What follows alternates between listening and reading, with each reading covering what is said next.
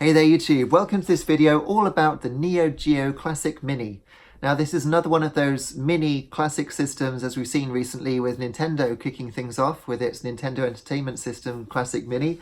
And of course I myself have got the Super Nintendo Mini, which is absolutely awesome. Absolutely love that thing. But today, with my own money, I've bought this one. This is the international version of the Neo Geo Mini. Now this has got 40 games built in. And it doesn't have my personal favourite, which is Super Sidekicks 2, but it does, however, have Super Sidekicks 1, so that's pretty cool. But it's also got lots of Metal Slug games, lots of King of Fighters, and I am told that Shock Troopers is exceptional. My friend in the shop told me that, so hi Joe. So I'm really excited for this, because obviously tabletop stuff I'm really into. I've got the little Galaga as well here, which I really rate. But this is going to be arcade perfect. So, because the YouTube terms and conditions state if you're going to buy a piece of consumer electronics hardware, you have to do an unboxing video, I think that's what we should do next.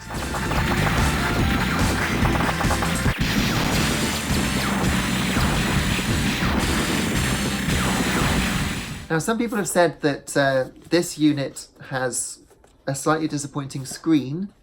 Some people have also complained about the joystick, because Pac-Man's joystick here, listen, is micro-switched.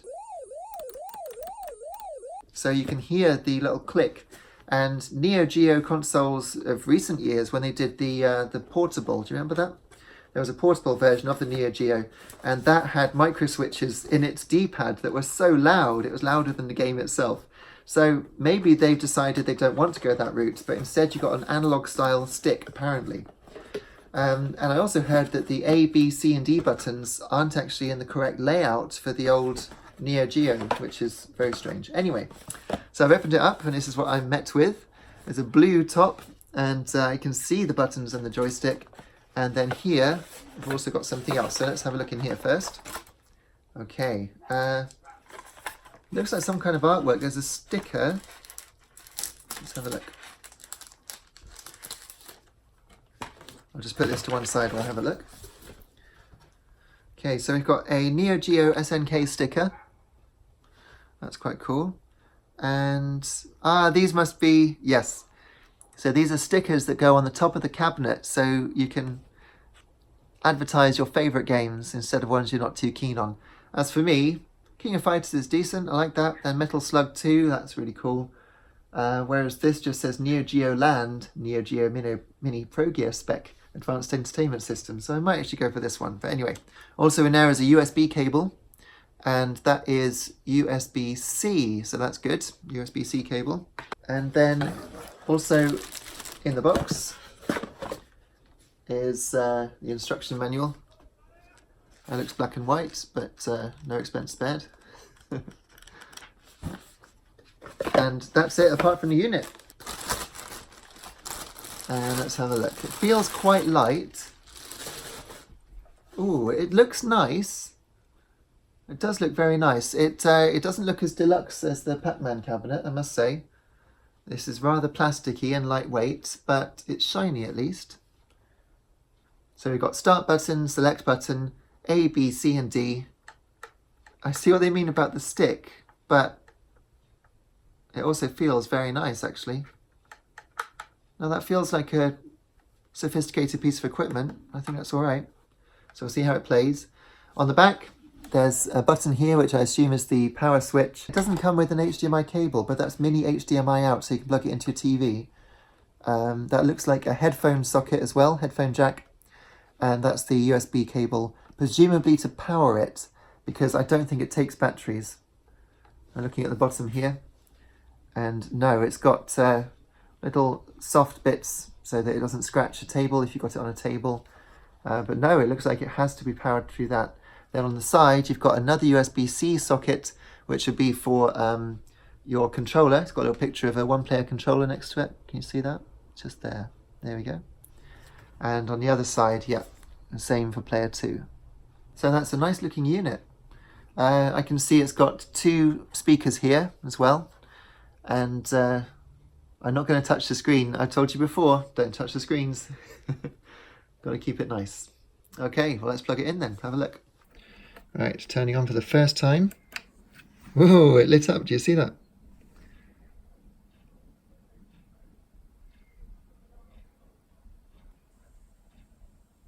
That's cool. Let's have a look at the screen. Well, of course it doesn't need to be extremely high resolution because the Neo Geo presumably would have rendered in 240p. Pretty sure it wouldn't have been 480, but somewhere around there anyway. Let's see. Oh. Well, that's very satisfying. I don't know what everyone's complaining about.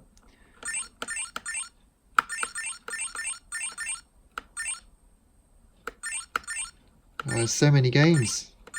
Well, let's have a look at King of Fighters 98. Start and select for settings. Do I just press A? Oh, there we are.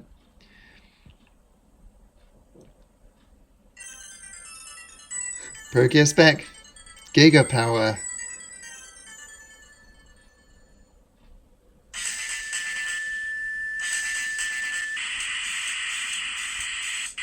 Well, the screen looks beautiful. I don't know what everyone's complaining about. That's superb. Wow, it's lovely. Oh, yeah.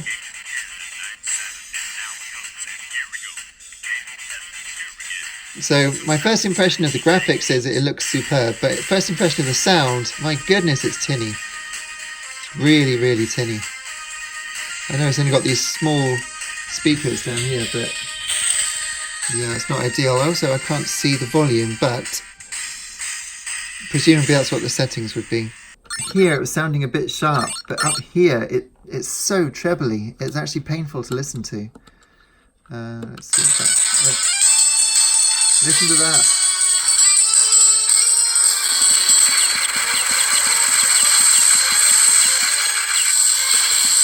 It sounds horrible. Right, so choosing a fighter. Let's try Athena. I'm not really familiar with the King of Fighters lineup. I must admit I'm more of a Street Fighter player. I know SNK fans will be booing and hissing and give me a dislike.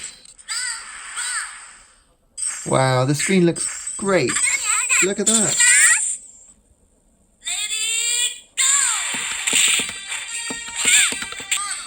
So the controller feels just fine. I don't know what everyone's complaining about. Because it's plenty wide enough, it's I mean the arc here, the radius is large enough that it's obvious where you're actually aiming for. You know, if you wanted to go right, there's no chance of you going down and right by accident. That's really good.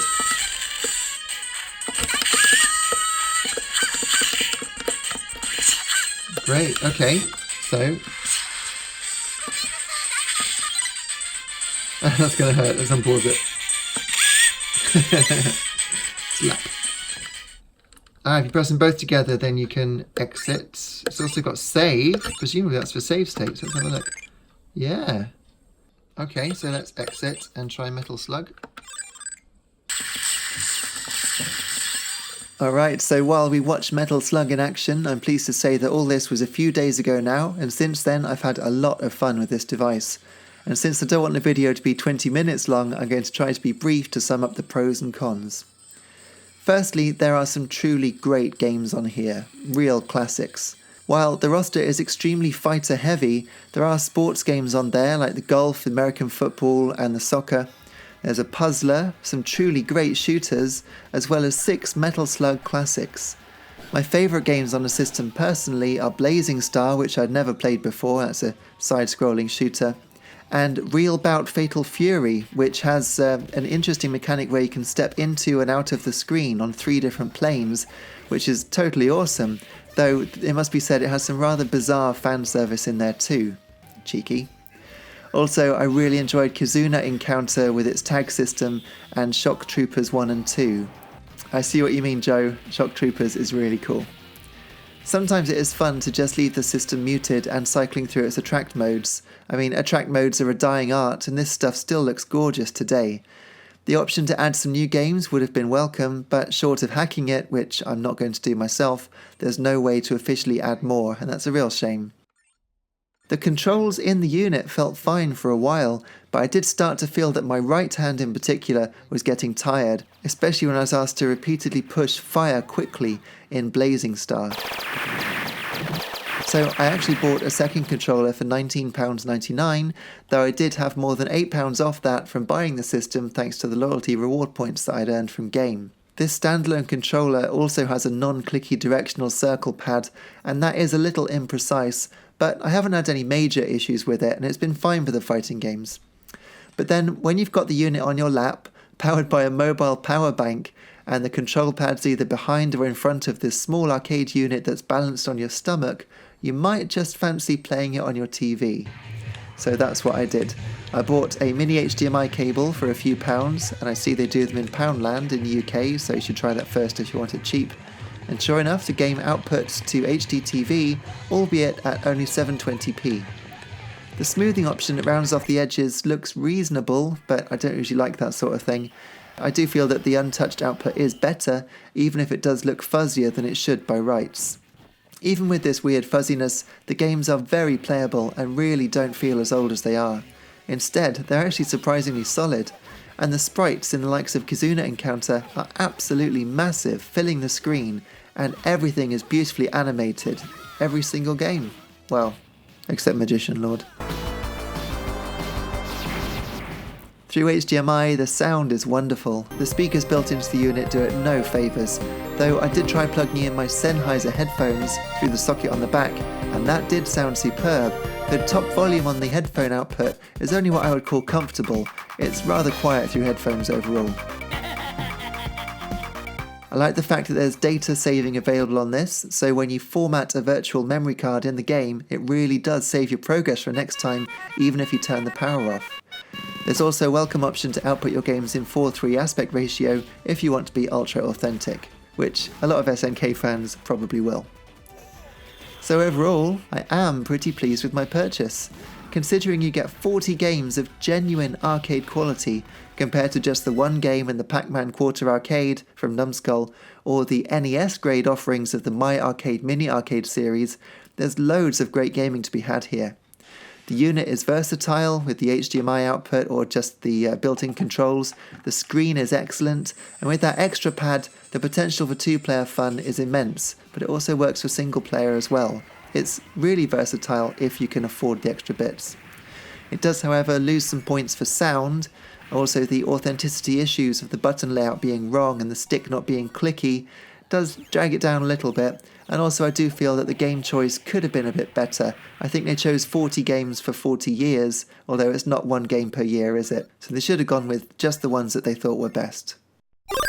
That said, there are some other versions of the Neo Geo Mini available online with different game lineups, so do check out the Japanese holiday one for instance. By looking at this unit, I give this Neo Geo Mini International version a respectable 3 stars out of 5. Please do check out my channel for more gaming videos, and as I say, I will be reviewing the Mega Drive Classic Mini in a few weeks. So until next time, please hit like and subscribe, and do leave a comment to say hi. Take care and thanks for watching. Cheers.